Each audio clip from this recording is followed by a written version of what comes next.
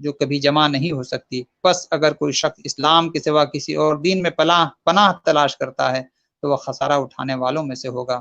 اللہ تعالیٰ سے دعا ہے کہ وہ ہمیں فہم دین کے ساتھ قرآن کی بھی سمجھ عطا فرمائے۔ اب یہاں سے چوتھے پارے کی ابتدا ہوتی ہے۔ چوتھے پارے میں اللہ تبارک و تعالی نے پہلی آیت مبارکہ میں جو بیان کیا کہ اگرچہ اللہ کی راہ میں خرچ کیے ہوئے ہر مال کا اس کے مطابق اجر ملے گا، لیکن نیکی کا مرتبہ کمال یہ ہے کہ اپنے پسندیدہ اور محبوب مال کو اللہ کی راہ میں خرچ کیا جائے۔ مطلوب تک پہنچنے کے لیے محبوب کی قربانی اور ایثار ضروری ہے۔ ساتھ ہی واضح کیا گیا کہ اللہ کی راہ میں پیش کردہ ہر مال اور قربانی کے مقصد صرف اللہ کی رضا ہونے چاہیے۔ اللہ ہمارے ہر فعل سے واقف ہے، لہٰذا دکھاوا کر کے نیکی کو ضائع نہیں کرنا چاہیے۔ حضور سرور کائنات صلی اللہ تعالیٰ علیہ وسلم اونٹ کا گوشت کھاتے تھے، اونٹنی کا دودھ بھی نوش فرماتے تھے۔ اس پر یہود نے اعتراض کیا کہ اونٹنی کا گوشت اور اس کا دودھ شریعت ابراہیمی سے حرام چلا آ رہا ہے۔ رسول کونین صلی اللہ تعالیٰ علیہ وسلم کو اللہ نے امی بنا کر کے بھیجا، یعنی کہ آپ نے کسی سے پڑھا نہیں ہے، آپ نے کسی مدرسے میں نہیں گئے، کسی استاذ کے پاس نہیں گئے، مگر اللہ نے اپنے نبی کو ایسا پڑھایا تھا کہ الرحمن علم القرآن، رحمان وہ ہے جس نے اپنے نبی کو قرآن پڑھا دیا ہے۔ اللہ اکبر۔ رحمت عالم صلی اللہ تعالیٰ علیہ وسلم بظاہر کسی سے پڑھے نہیں، مگر اللہ نے ان کو پڑھایا تھا۔ رحمت عالم صلی اللہ علیہ وسلم نے یہود کو چیلنج کیا کہ اگر تمہارا دعویٰ سچا ہے تو تورات لے کر کے آؤ، اس میں یہ حکم دکھا دو، ورنہ یہ اللہ پر تمہارا افطرا ہوگا۔ قربان جائیے، علم غیب مصطفیٰ صلی اللہ علیہ وسلم پر کبھی سرکار نے توریت نہیں پڑھی، کبھی سرکار علیہ الصلوۃ والتسلیم کو کسی نے توریت پڑھ کر کے نہیں سنایا، مگر پیارے آقا صلی اللہ تعالیٰ علیہ وسلم سے نہ توریت چھپا ہے، نہ اگلی کتابیں چھپی ہیں، نہ پچھلی کتابیں چھپی ہیں۔ اور کیا شان ہے میرے پیارے آقا صلی اللہ علیہ وسلم کی۔ اسی لیے تو میرے اعلیٰ حضرت عظیم البرکت نے ارشاد فرمایا کہ اور کوئی غیب کیا تم سے نیہا ہوں بھلا، جب نہ خدا ہی چھپا تم پہ کروڑوں درود۔ حضرات مکرم، آئیے آگے بڑھتے ہیں۔ پیارے آقا صلی اللہ تعالیٰ علیہ وسلم نے یہودیوں کو چیلنج کیا کہ تم تورات لے کر کے آؤ اور اس میں یہ حکم دکھا دو کہ اللہ تبارک و تعالیٰ نے حضرت ابراہیم علیہ السلام پر اونٹ کا گوشت حرام کر کے دیا تھا، ورنہ اللہ پر تم افطرا کرنا چھوڑ دو، کیونکہ شرعی طور پر کسی چیز کو حرام قرار دینا یہ اللہ عز و جل کا ہی حق ہے، اس کے اختیار سے رسول اللہ صلی اللہ علیہ وسلم کا حق ہے، جیسا کہ سورہ اعراف میں 157 میں ہے۔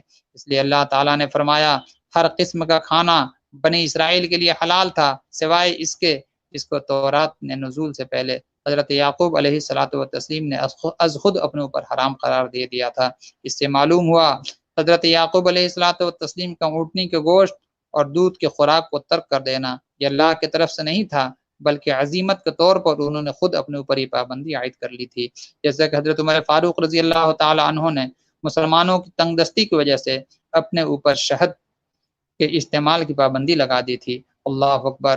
آیت نمبر 95 سے لے کر کے 97 میں صاحب استطاعت پر اللہ تبارک و تعالیٰ نے حج کی فرضیت کا حکم بیان فرمایا ہے، اور یہ کہ زمین پر اللہ تعالیٰ کی عبادت کے لیے سب سے پہلا گھر مکہ معظمہ ہے، سب سے پہلا گھر خانہ کعبہ ہے۔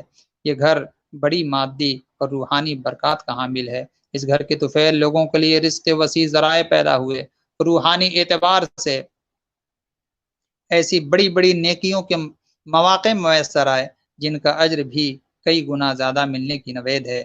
عام مساجد کے مقابلے میں یہاں ایک نماز کا اجر 1,00,000 گنا زیادہ ہے، اور یہ گھر تمام جہان والوں کے لیے ہدایت یعنی زندگی کے رخ کی تبدیلی کا ذریعہ ہے۔ اللہ اکبر۔ اس گھر میں اللہ کی معرفت کی کئی نشانیاں ہیں، خاص طور پر مقام ابراہیم کے نام سے موسوم پتھر ہے جس پر کھڑے ہو کر کے حضرت ابراہیم علیہ الصلوۃ والتسلیم نے اس گھر کی دیواروں کو بلند کیا تھا۔ جو شخص بھی مال صحت اور امان کے اعتبار سے اس قابل ہو کہ خانہ کعبہ آ سکے، اس پر اس گھر کا حج لازم ہے۔ جس شخص نے باوجود استطاعت اس گھر کا حج نہ کیا تو ایسا کرنا حقیقت کے اعتبار سے کفر ہے۔ حج و دیگر عبادات بندوں ہی کے لیے باعث خیر و اجر و ثواب ہے، ورنہ اللہ کو بندوں کی عبادت کی قطعاً کوئی حاجت نہیں ہے۔ اس کے بعد والی آیتوں میں اتحاد امت، فرقہ بندی سے بچنے کا اللہ نے حکم دیا ہے، اور فرمایا ہے کہ اسلام سے پہلے تم ایک دوسرے کے دشمن تھے، ایک دوسرے کے خون کے پیاسے تھے، اور اپنی بدعمالیوں کے سبب آگ کے گڑھے کے کنارے پہنچ چکے تھے، مگر بعثت مصطفیٰ کی نعمت اور اسلام کی برکت سے اللہ نے تمہارے دلوں کو جوڑ دیا، تم کو اللہ نے بھائی بھائی بنا دیا۔ پھر مزید تاکید کے طور پر فرمایا کہ پچھلی امتوں کی طرف فرقہ بندی نہ کرو، ورنہ روز قیامت عذاب عظیم سے دوچار ہونا پڑے گا۔ اہل کتاب کی کچھ خرابیاں ذکر کرنے کے بعد ان کی گندی ذہنیت کو بیان کیا کہ اگر مسلمان ان کی بات ماننے لگ گئے تو وہ انہیں ایمان سے دستبردار کرنے پر مجبور کر دیں گے۔ اللہ اکبر۔ قیامت کے دن اہل ایمان کے چہرے روشن ہوں گے، اللہ اور اس کے رسول صلی اللہ تعالی علیہ وسلم کے نافرمانوں کا چہرہ سیاہ ہوگا۔ پھر آگے چل کر کے امت مسلمہ کو بہترین امت قرار دے کر اس کی وجہ فضیلت بیان کی کہ تمہیں اس مقصد کے لیے پیدا کیا گیا، عالم انسانیت میں نیکیوں کو پھیلاؤ اور برائیوں کو روکو، یعنی امت مسلمہ کی ذمہ داری عالم انسانیت کو دعوت حق دینا ہے اور نبوی مشن کو سر انجام دینا ہے۔ آیت نمبر 105 سے واضح ہو گیا کہ جو لوگ امت مسلمہ میں اختلاف اور انتشار پیدا کرنے کی کوشش کریں گے ان کے لیے بڑا ہی دردناک اللہ تبارک و تعالی نے عذاب رکھا ہے۔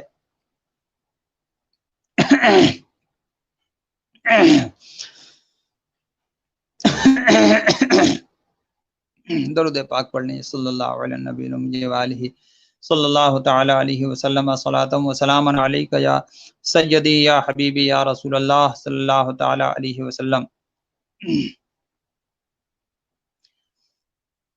اللہ تبارک و تعالی نے امت مسلمہ میں اختلاف اور انتشار پیدا کرنے والوں کے لیے بڑا ہی دردناک عذاب کا اعلان کیا ہے۔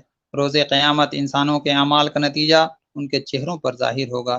سیاہ کرتوتوں کی وجہ سے جن کے چہرے سیاہ ہوں گے اللہ انہیں ملامت فرمائے گا کہ تم نے ایمان لانے کے بعد امت میں انتشار کو ہوا دیا ہے اور ہمارے بتائے ہوئے لائحہ عمل کو اختیار نہیں کیا۔ نیک لوگوں کے چہرے روشن ہوں گے اور وہ ہمیشہ کی نعمتوں سے لطف اندوز ہوں گے۔ آیت 110 اس اعتبار سے بھی نہایت اہم ہے کہ ہم امت مسلمہ کے مقصد سے آگاہ رہیں۔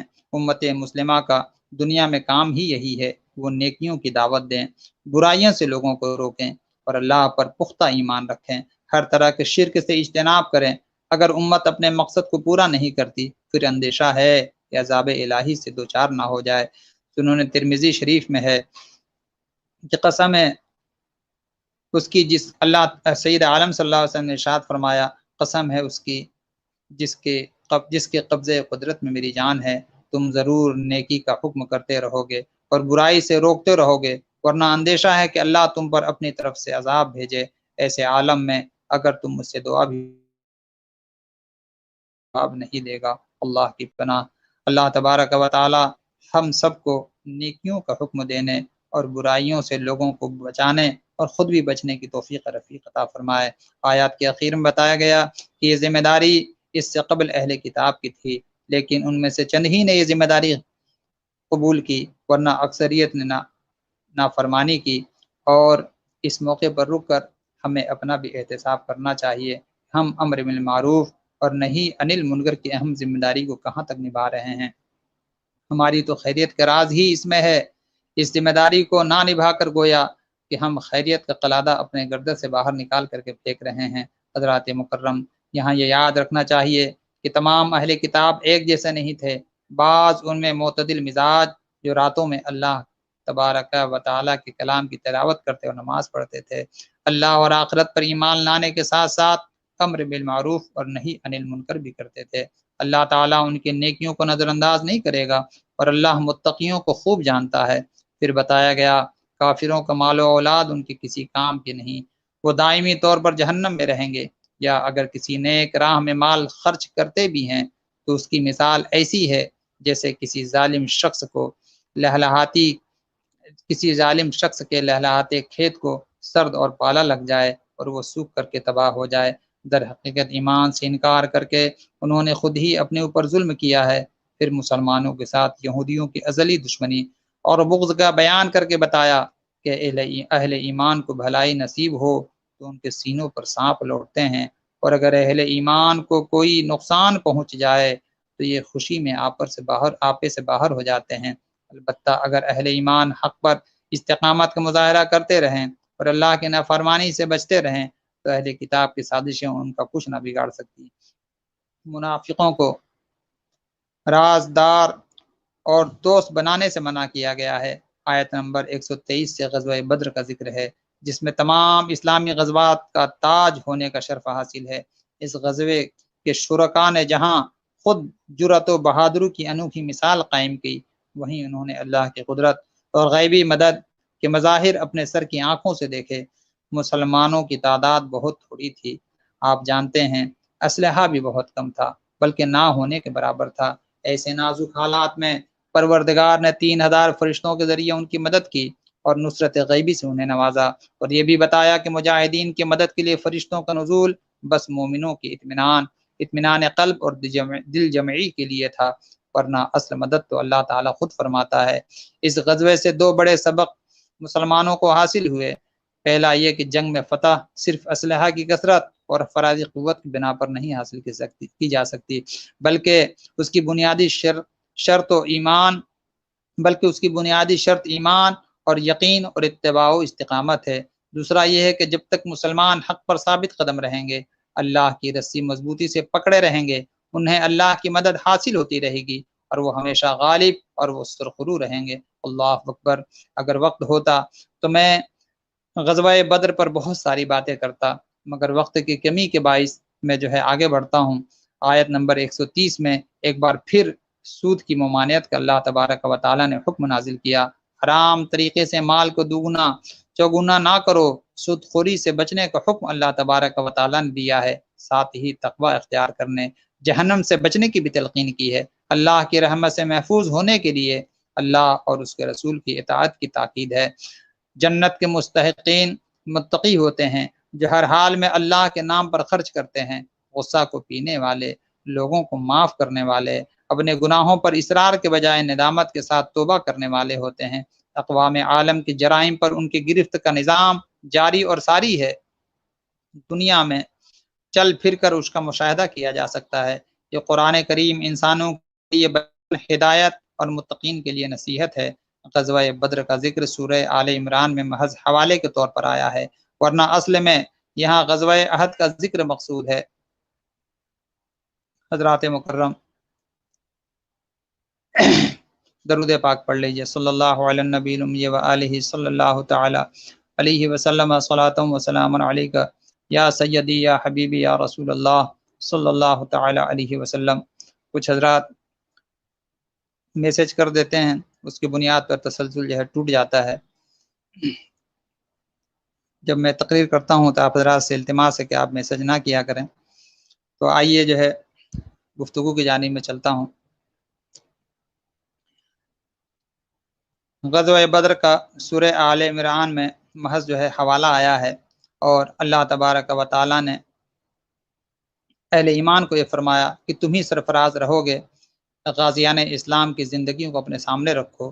پھر اگلی آیت کریمہ میں اللہ تبارک و تعالیٰ نے غزوہ احد کے بارے میں ذکر کیا ہے کہ جب غزوہ احد میں جب یہ افواہ اڑا دی گئی کہ الیاذ باللہ رحمت عالم صلی اللہ علیہ وسلم کو شہید کر دیا گیا ہے، مسلمانوں کے قدم عارضی طور پر لڑکھڑا گئے۔ ان کو اطمینان دلانے کے لیے اللہ تبارک و تعالیٰ نے فرمایا، اور محمد صلی اللہ علیہ وسلم اللہ کے رسول ہیں، ان سے پہلے بھی رسول گزر چکے ہیں، اگر بفرض محال رحمت عالم صلی اللہ علیہ وسلم شہید ہو جائیں تو کیا تم اسلام سے پلٹ جاؤ گے؟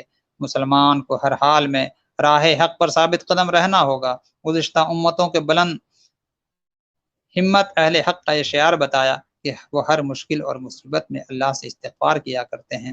غزوہ احد میں پیش آمدہ بعض مناظر کی قلبی تصویر کشی کرتے ہوئے کافروں پر مسلمانوں کو روب ڈال کر اہل ایمان کو مستقبل میں کامیابی کی نوید سنائی گئی۔ جن اہل ایمان سے میدان احد میں کسی قسم کی کوتاہی یا کمزوری کا مظاہرہ ہوا، انہیں معاف کرنے کا اعلان کیا گیا، اور جن منافقین نے جہاد پر اعتراض کر کے مسلمانوں کی صفوں میں انتشار پیدا کرنے کی کوشش کی تھی، ان کی سخت گرفت کی گئی۔ منافقوں کا کہنا تھا کہ مسلمانوں کی تعداد اور اسلحے میں کمی اور کافروں کی تعداد اور اسلحے میں برتری کے پیش نظر میدان قتال میں اترنا کوئی دانش مندی نہیں، بلکہ یہ جہاد ہی نہیں ہے۔ اگر یہ لوگ ہماری طرح گھروں میں بیٹھے رہتے تو قتل ہونے اور زخمی ہونے سے بچ جاتے۔ قرآن کریم کہتا ہے تم پر جب گھروں میں موت کا فرشتہ مسلط ہو کر تمہیں موت کے منہ میں ڈھکیل دیتا ہے، اس وقت تم بھلا موت سے کیسے بچ سکتے ہو؟ اللہ اکبر۔ اگلی آیت میں لوگوں کو دعوت فکر دی گئی۔ زمین پر چل پھر کر اللہ تبارک و تعالیٰ کی ہدایت کو جھٹلانے والی قوموں کا انجام دیکھو، وہ اس سے عبرت حاصل کریں۔ اللہ کا یہ کلام اللہ کے نافرمانی سے بچنے والوں کے لیے حق کی وضاحت، سیدھے راستے کی رہنمائی اور دلوں کو نرم کرنے کا سامان ہے۔ کوئی ہے جو اس نعمت کی قدر کرے اور اس سے استفادہ کر کے دنیا اور آخرت کی بھلائیاں سمیٹ لے۔ آیت نمبر 139 میں بڑا ہی اہم حقیقت اللہ تبارک و تعالیٰ نے واضح کیا۔ احد کی وقتی شکست مسلمان ہرگز دل برداشتہ نہ ہو، غلبہ مسلمانوں کو ہی ہوگا، بشرطے کہ وہ حقیقی ایمان سے بہرہور ہوں، سرور کائنات صلی اللہ علیہ وسلم کی ہدایت پر گامزن ہوں۔ کلمہ طیبہ پڑھنے سے ہمیں قانونی ایمان حاصل ہوتا ہے۔ اب ہماری بھرپور کوشش ہونی چاہیے کہ ہمارا دل بھی نور ایمان سے منور و تابہ ہو جائے، کیونکہ صرف زبان سے لا الہ الا اللہ کہہ دینے سے بات نہیں بنتی ہے جب تک دل و نگاہ دائرہ اسلام میں داخل نہ ہو جائے۔ ایمان اگر دل میں پیوست ہو تو اس کا لازمی مظہر انسان کی سیرت اور کردار کی پاکیزگی کی صورت میں سامنے آتا ہے۔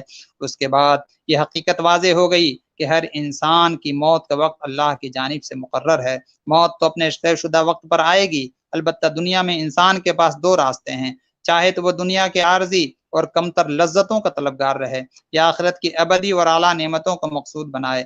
جو جس کی آرزو کرے گا اسے اسی میں دے دیا جائے گا، البتہ آخرت کی نعمتوں کے حصول کے لیے محنت کرنے والے اللہ کے شکر گزار بندے ہیں اور اللہ ضرور انہیں بہترین جزا عطا فرمائے گا۔ اللہ اکبر۔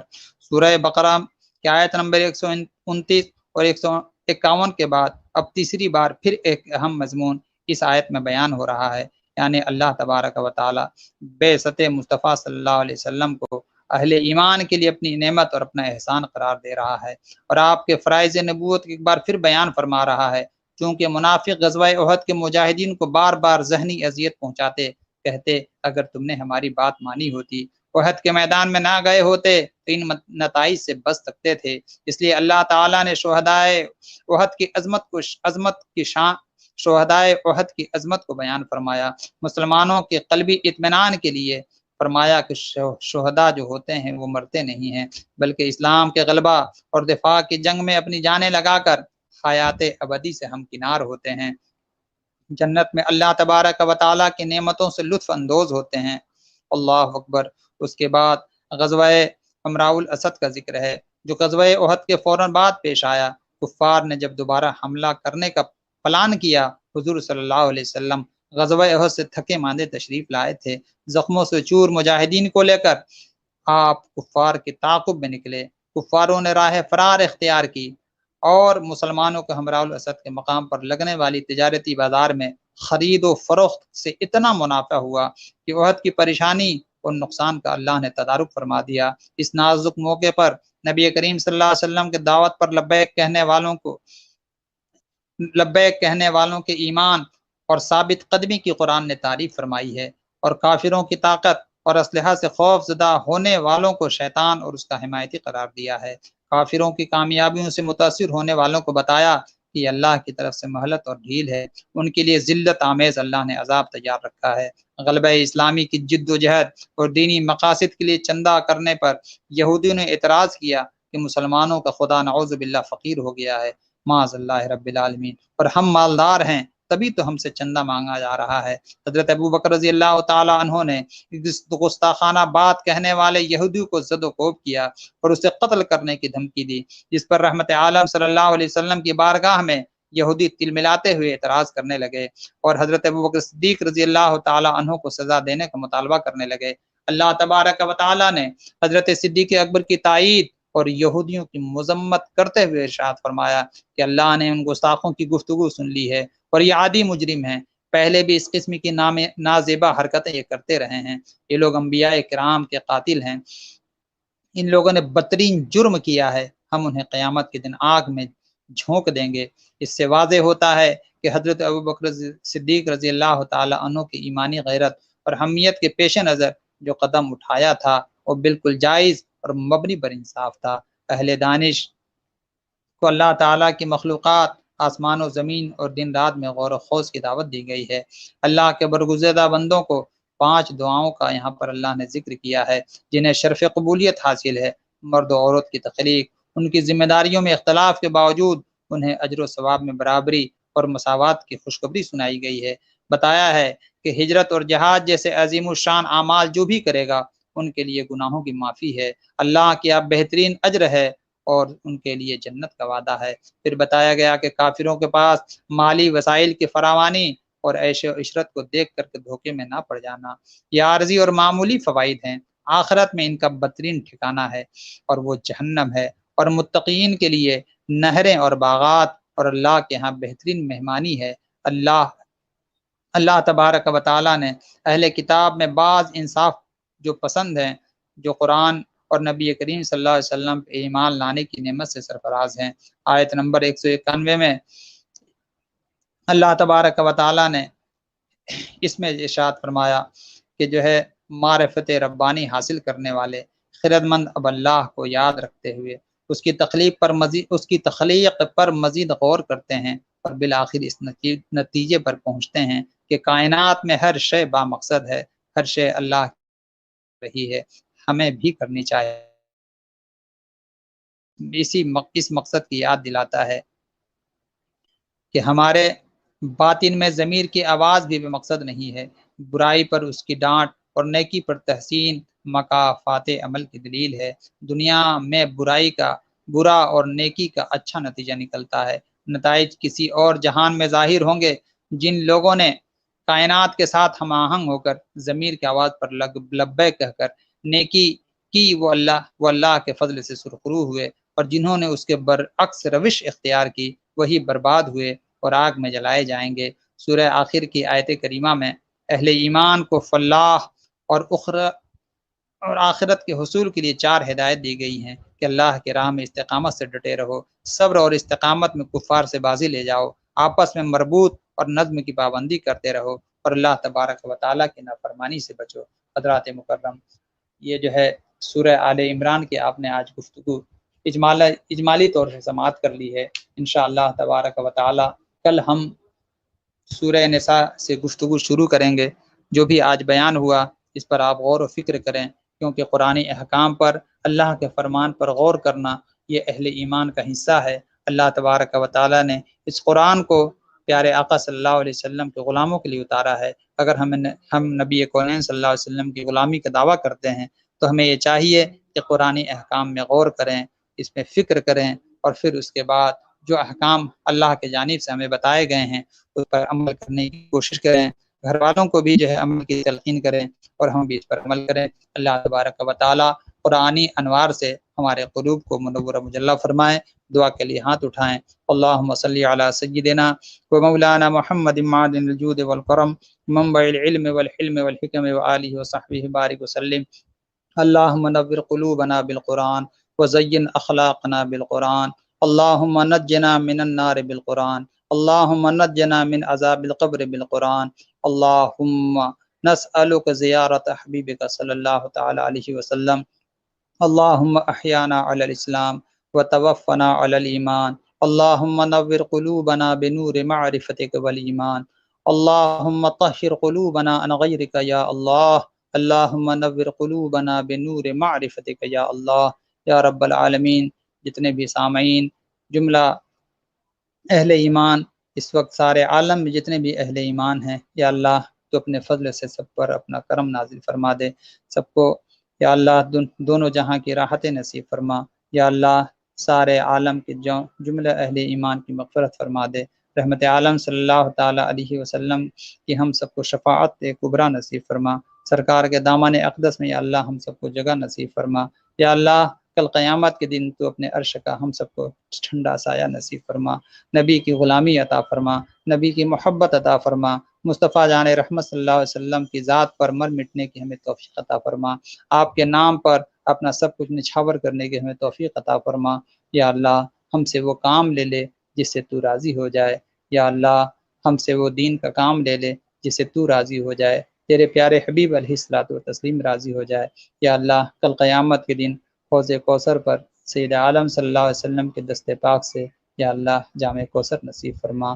اے کریم تو اپنے کرم سے فضل فرما دے، تیرے محبوب سے محبت، تیرے محبوب کا نام لیتے لیتے ہم زندگی گزاریں۔ یا اللہ جب قبر میں جائیں زیارت مصطفیٰ صلی اللہ علیہ وسلم سے ہمیں مشرف فرما دے، قدم مصطفیٰ صلی اللہ علیہ وسلم چومنے کے اللہ میں شرف عطا فرما دے۔ یا رب العالمین ہماری دعاؤں کو اپنے بارگاہ میں قبول فرما لے، ہر بیماری سے، ہر پریشانی سے، ہر محتاجی سے جملہ اہل ایمان کی حفاظت فرما۔ یا رب العالمین، یا رب العالمین، یا ارحم الراحمین۔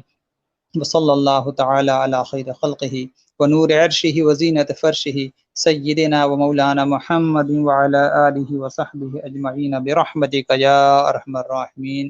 لا الہ الا اللہ محمد رسول اللہ۔